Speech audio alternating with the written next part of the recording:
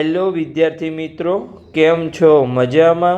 તો આદર્શ ક્લાસીસમાં તમારું સ્વાગત છે.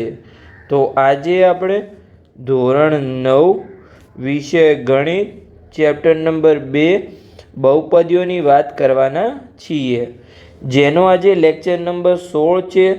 આ લેક્ચરમાં આજે આપણે સ્વાધ્યાય 2.4ની શરૂઆત કરીશું. એટલે કે આજે આપણે સ્વાધ્યાય 2.4નો પ્રશ્ન નંબર 1 અને પ્રશ્ન નંબર 2 ગણીશું. જે સ્વાધ્યાય 2.4 છે એ સંપૂર્ણ નિત્યસમ પર આધારિત છે, જે મેં નિત્યસમ તમને ઇન્ટ્રોડક્શનના લેક્ચરમાં શીખવાડ્યા હતા.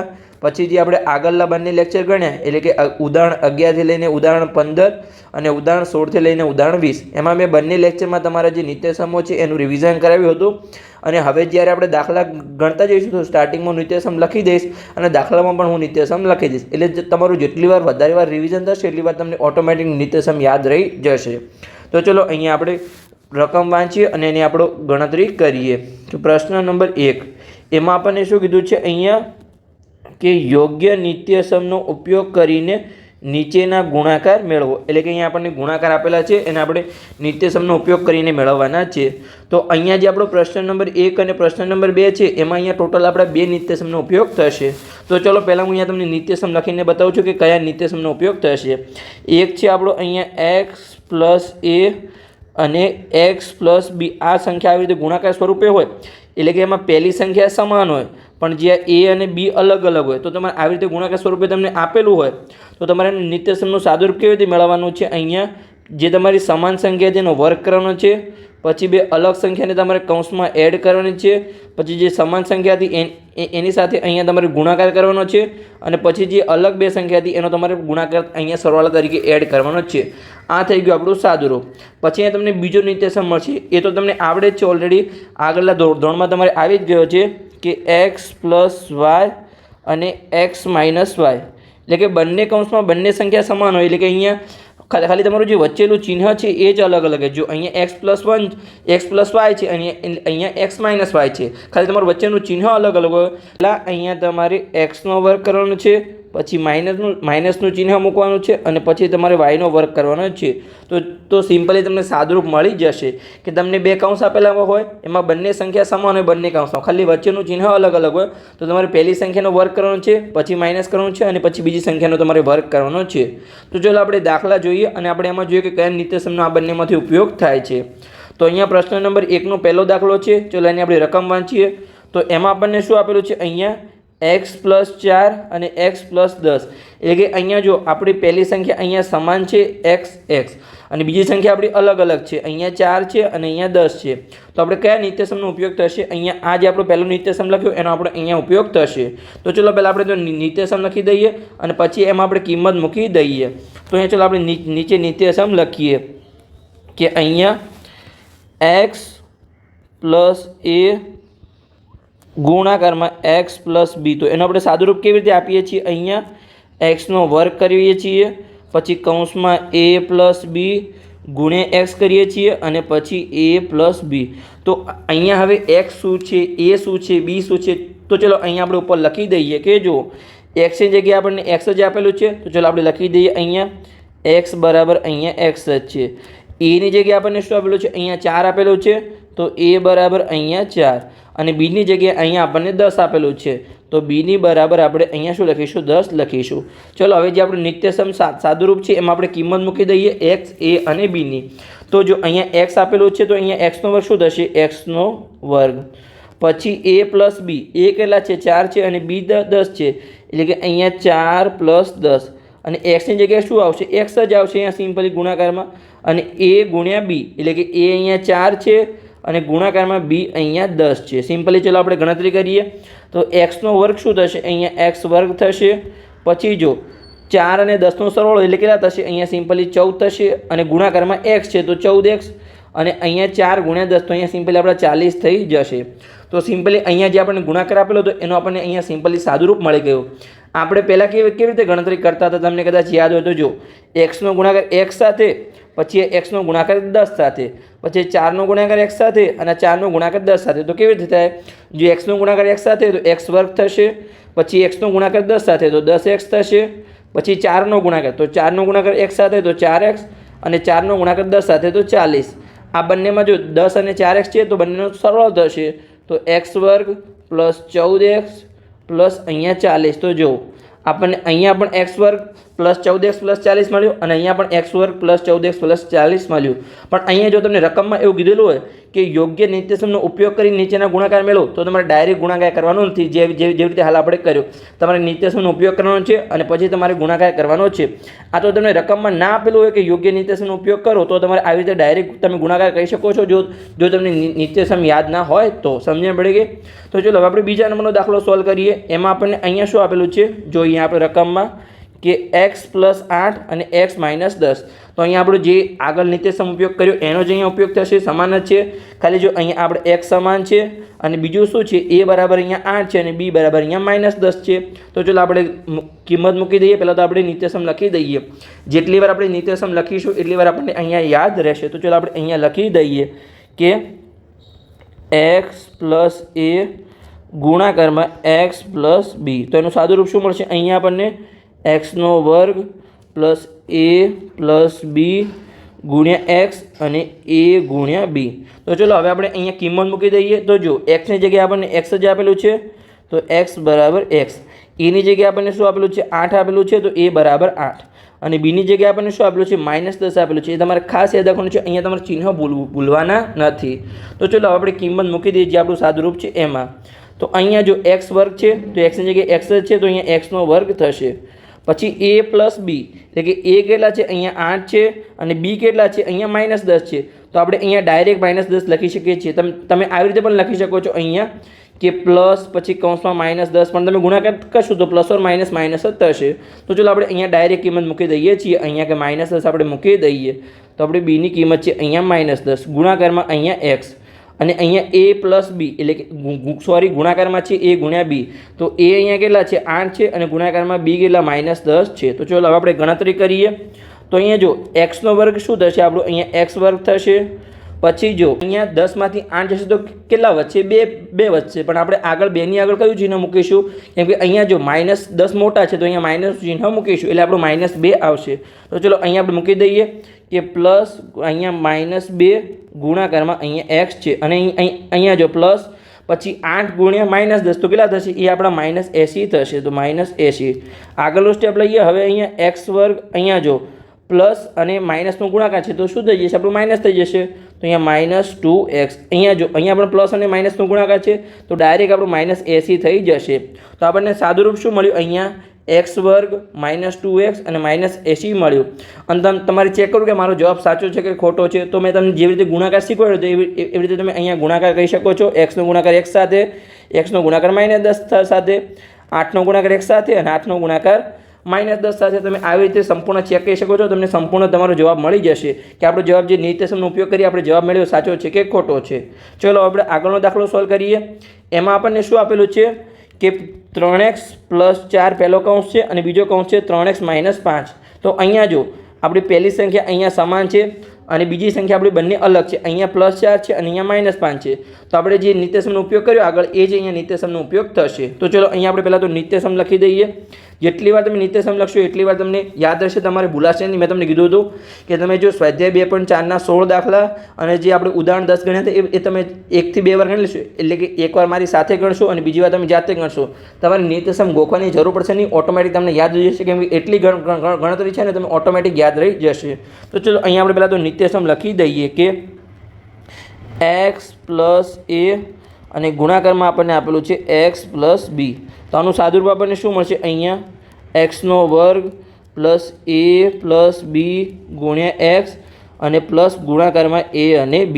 તો ચલો હવે અહીંયા આપણે કિંમત મૂકી દઈએ. તો જો xની જગ્યાએ હવે આપણને x નથી આપેલું, અહીંયા આપણને 3x આપેલું છે. તો ચલો લખી દઈએ આપણે કે x બરાબર અહીંયા આપણને 3x આપેલું છે.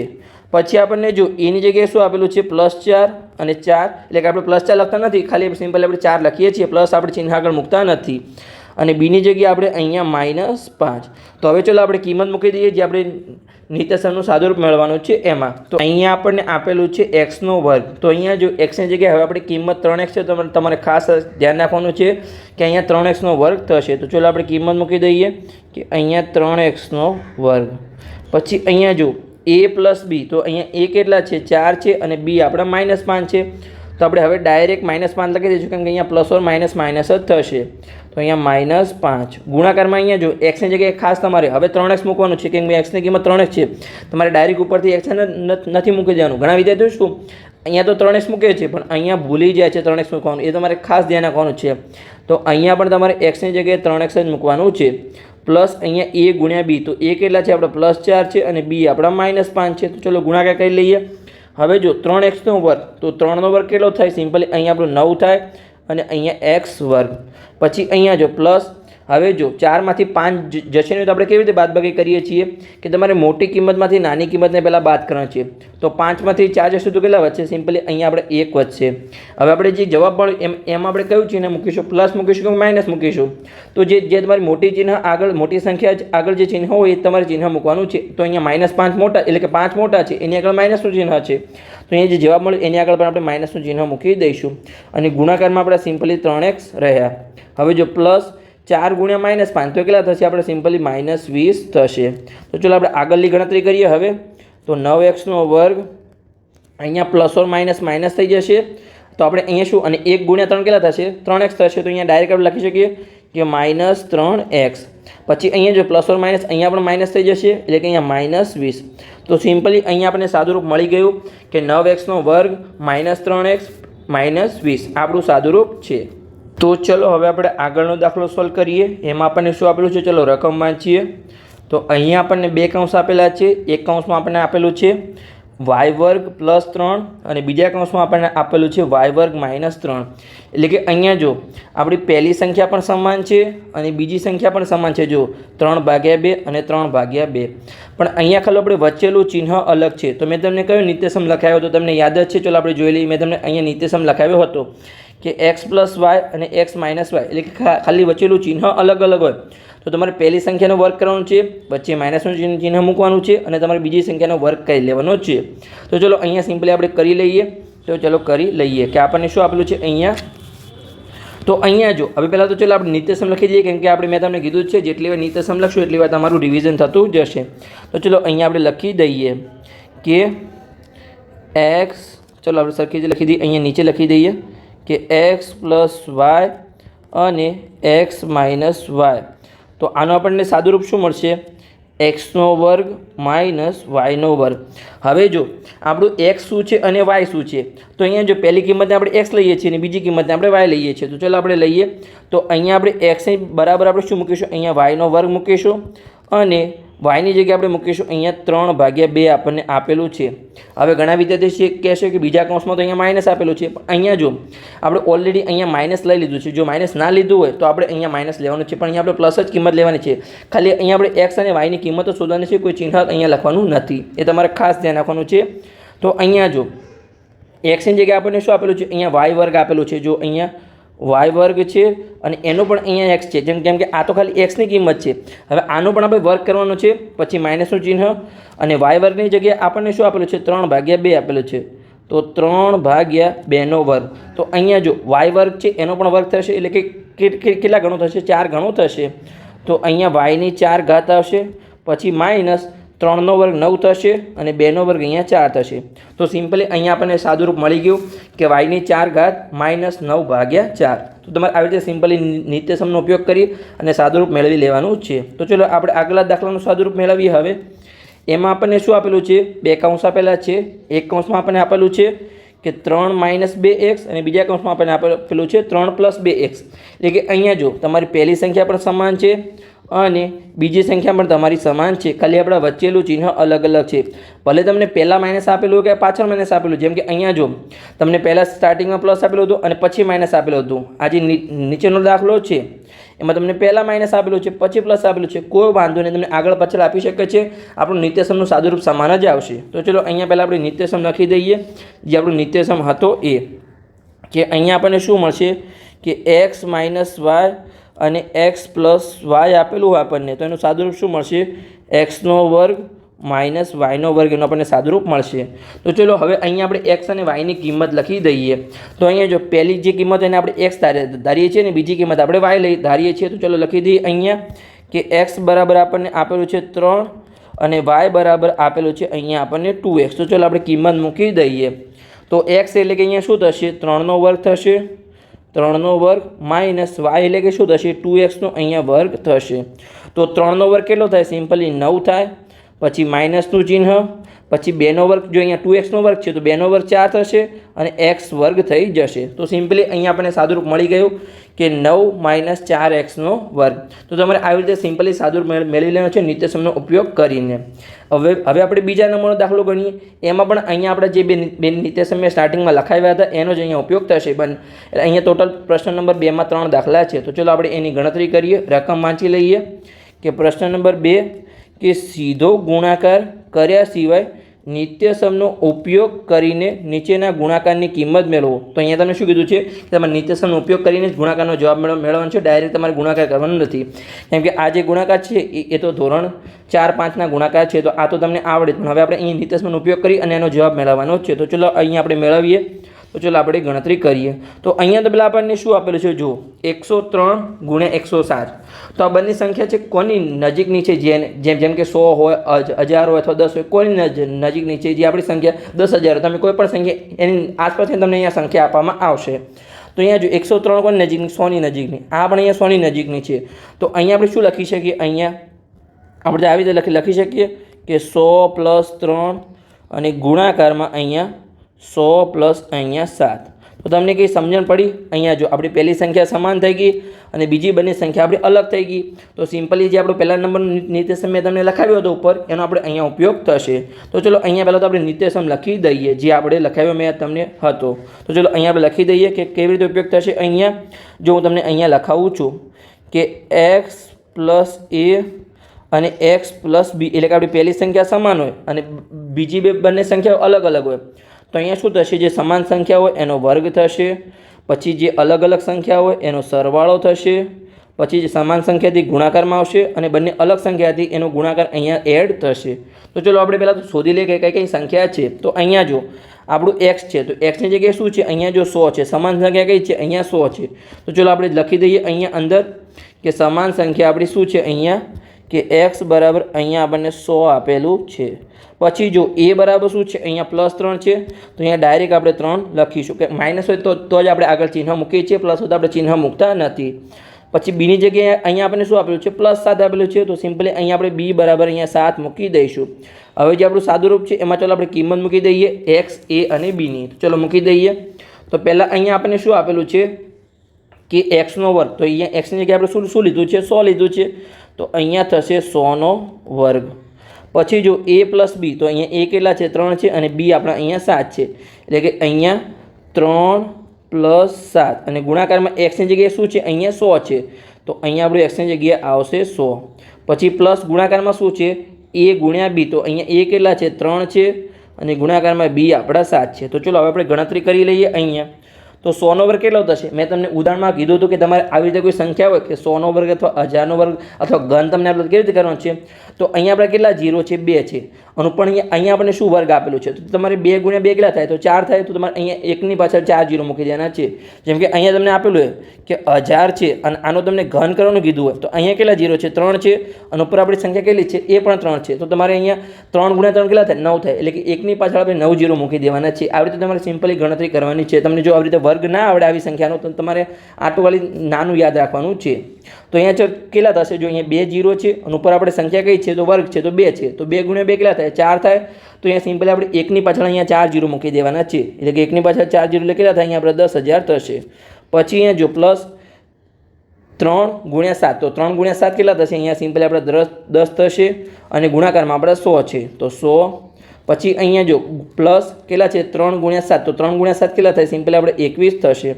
તો અહીંયા જો 10,000 છે. પછી જો 10 × 100 તો કેટલા થશે? આપણે સિમ્પલી 1000 થશે. તો અહીંયા આપણે 1000 અને અહીંયા આપણે 21 છે. તમે અહીંયા ડાયરેક્ટ પણ લખી શકો છો. જો આપણે આ 10,000 છે, આ 1,000 છે એટલે કે 11,000 અને આ સિમ્પલી આપણે 21 છે.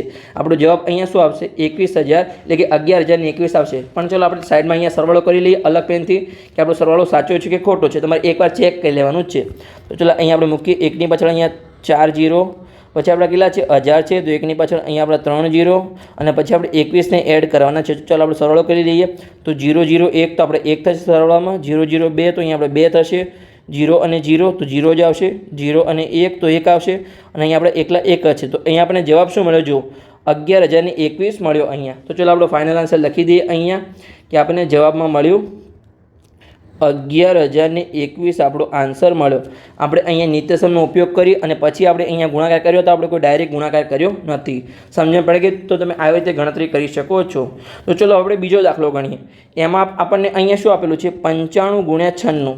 તો અહીંયા તમે શું કરશો કે ચલો 95 એટલે કે 95 ને 96 કોની નજીક છે?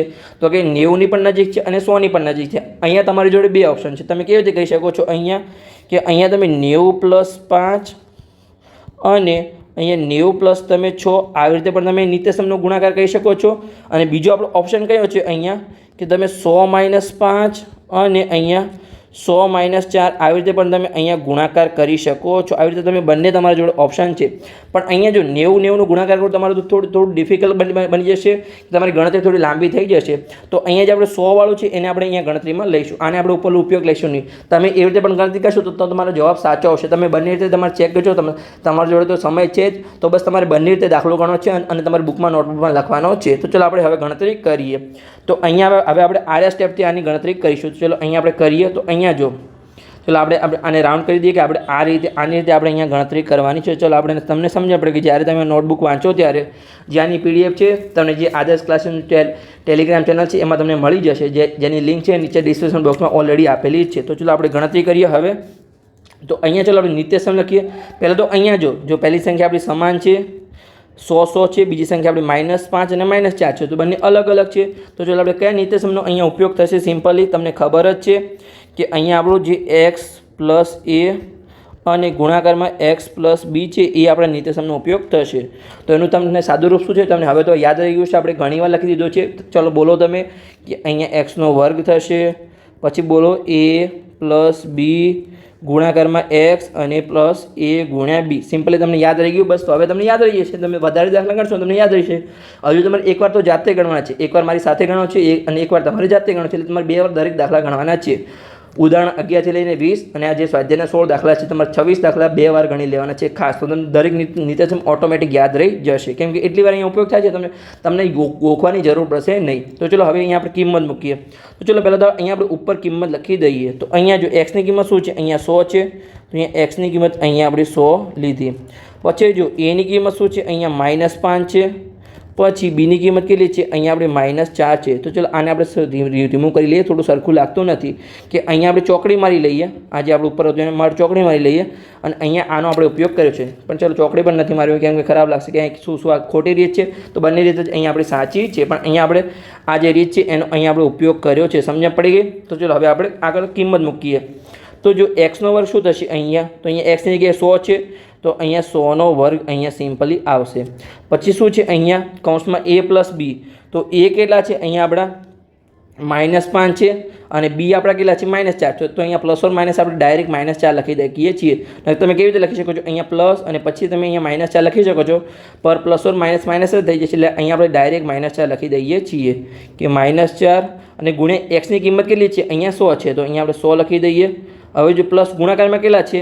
-5 ગુણ્યા -4. તો ચલો આપણે અહીંયા જગ્યા નથી તો આપણે જગ્યા કરી લઈએ થોડી, તો આપણને સરખી રીતે આપણે -4 પણ આવી જાય. તો ચલો આપણે ગુણાકાર કરી લઈએ હવે, ગુણ્યા -4.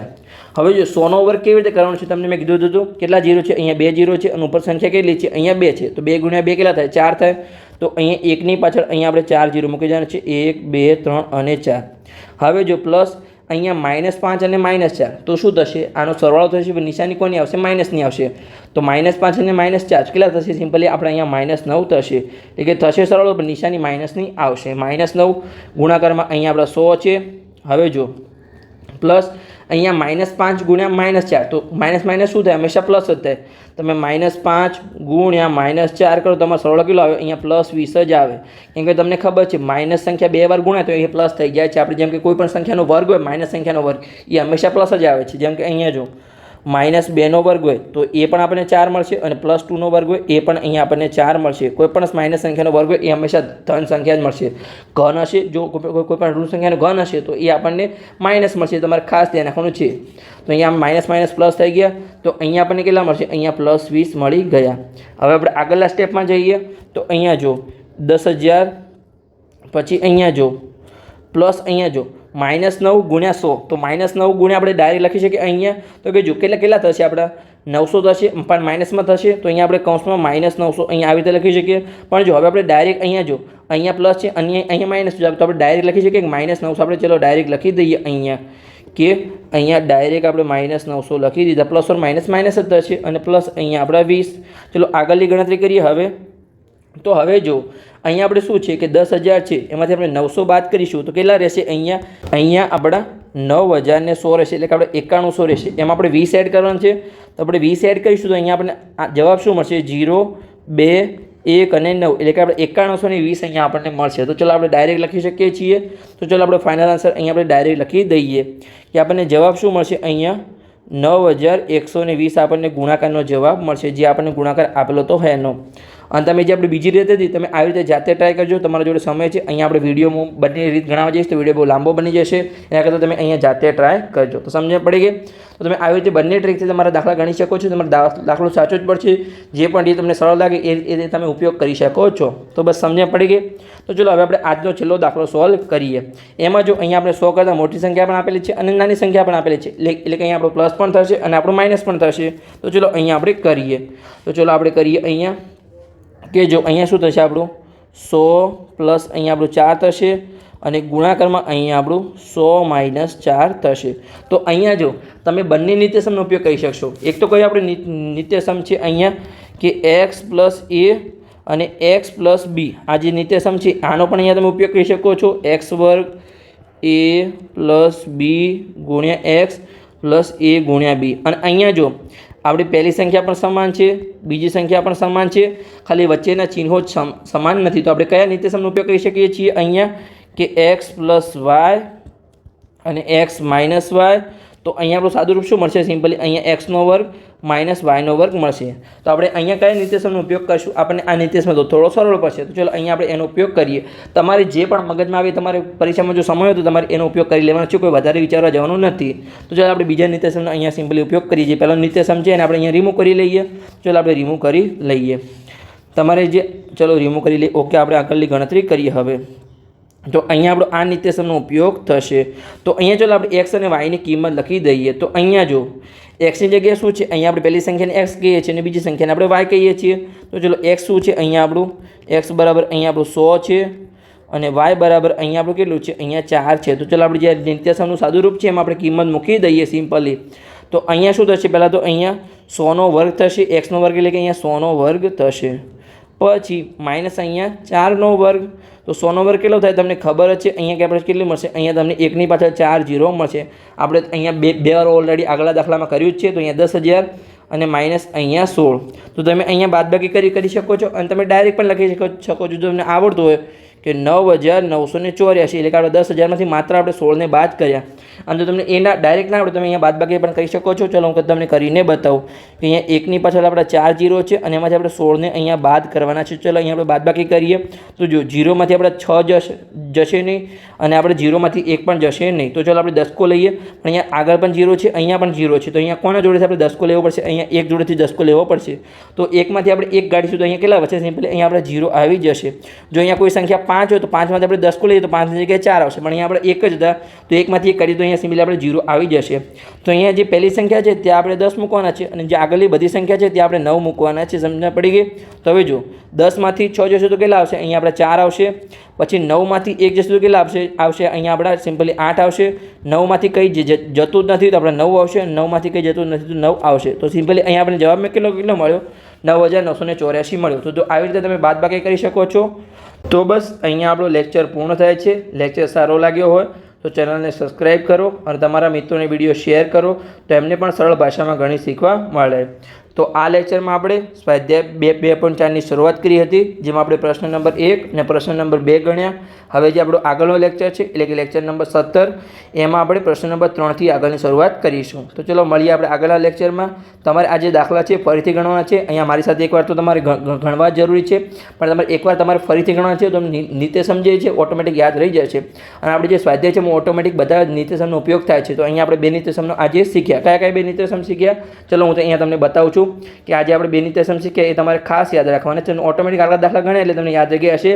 આ એક ચાલો પહેલો નિત્યસમ અને આ બીજો નિત્યસમ. આપણે બે પ્રશ્નમાં આ બંને નિત્યસમ શીખ્યા, સમજણ પડી ગઈ. હવે આપણે આગળ પ્રશ્ન નંબર 3માં કોઈ નવો નિત્યસમ આવજો તો આપણે એની ગણતરી કરીશું, અથવા જે આનો નિત્યસમ આવશે તો આનો આપણે ઉપયોગ કરીશું. તો મળીએ આપણે લેક્ચર નંબર 17માં, જે આપણો પ્રશ્ન નંબર 3 છે એની સાથે.